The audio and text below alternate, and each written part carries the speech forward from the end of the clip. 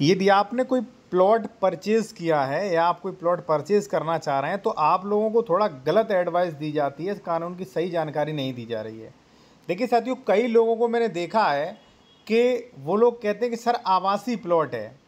तो रजिस्ट्री में जैसे मान लीजिए ये रजिस्ट्री है और यहाँ पे आप देख सकते हैं साथियों आवासी प्लॉट लिख दिया है ये, ठीक है, और आवासी का स्टाम्प पे कर दिया है। तो ऐसी कंडीशन में ज़मीन ये आवासी नहीं हो जाती। अब देखिए इसके लिए एक व्यक्ति के पास नोटिस भी आता है मेरे क्लाइंट के पास, वो भी हम आपको दिखा रहे हैं। और मैं आपसे कहूँगा अगर आप किसी भी मैटर पे विशेषज्ञ द्वारा कानूनी सलाह लेना चाह रहे हैं या ज़मीन खरीदने से पहले डॉक्यूमेंट वेरिफिकेशन करवाना चाह रहे हैं कि ज़मीन सही है कि नहीं, किसी प्रकार की धोखाधड़ी, सरकारी ज़मीन या कोई केस पेंडिंग तो नहीं है, ठीक है, कोई भी यूपीआरसी के नियमों का उल्लंघन तो नहीं हो रहा, तो कॉन्टैक्ट नंबर वीडियो के डिस्क्रिप्शन में मिल जाएगा। अब देखिए साथियों, यहाँ पे ज़मीन आवासी उन्होंने दिखा दिया, लेकिन उनके पास नोटिस आता है कि फलाना आराजी संख्या जो है वो गीडा के सुनियोजित विकास के लिए आरक्षित है, अधिसूचित क्षेत्र के अंतर्गत आता है, इस संबंध में किसी प्रकार का निर्माण प्रतिबंधित है। यानी कि निर्माण कार्य करने से रोक लगा दिया और कोई भी आवासीय गतिविधि करने से रोक लगा दिया गया। तो हमारे कहने का मतलब ये है कि अगर आप कोई ऐसा आवासीय प्लॉट खरीद रहे हैं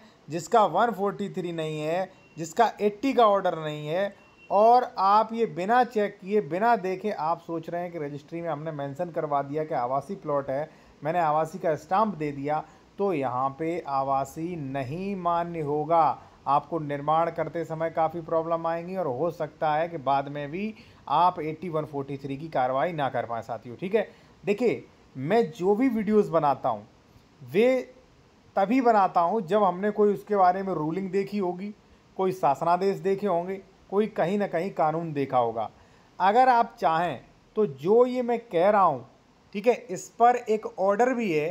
कि आवासीय लिख देने से या बिना 143 के यह अनुमान नहीं लगाया जाएगा कि उक्त ज़मीन जो है वो आवासीय है, ठीक है, क्योंकि आवासीय की भी प्रक्रिया है, रेवेन्यू में प्रक्रिया दी गई, तो आप उसके अकॉर्डिंग आइए। ऐसा नहीं है कि आप मनमाने तरीके से जो है मान लीजिए आ गए और आप कह रहे हैं कि नहीं आवासीय हो गया, नहीं मान्य होगा साथियों आवासीय, और आवासीय कंडीशनल होता है, ठीक है ना साथियों। बाकी मैं आपसे कहूँगा कि जो भी लोग जूनियर एडवोकेट हैं, रजिस्ट्री के बारे में A to Z जानकारी सीखना चाहते हैं, जैसे sale deed, bill, power of attorney, ठीक है, वर्ग गज निकालना, वर्ग फीट ज़मीन का सर्किल रेट, स्टाम्प स्लिप निकालना, ठीक है, महिला के नाम, ठीक है, और यहाँ पे सारी चीज़ें, दान पत्र, GPA, वसीयत, सब कुछ मिलेगा। ये आप हमारा कोर्स ले सकते हैं, 395 रुपये फ़ीस है। अगर आपको लेना है तो ये व्हाट्सएप नंबर दिया गया है साथियों, ठीक है।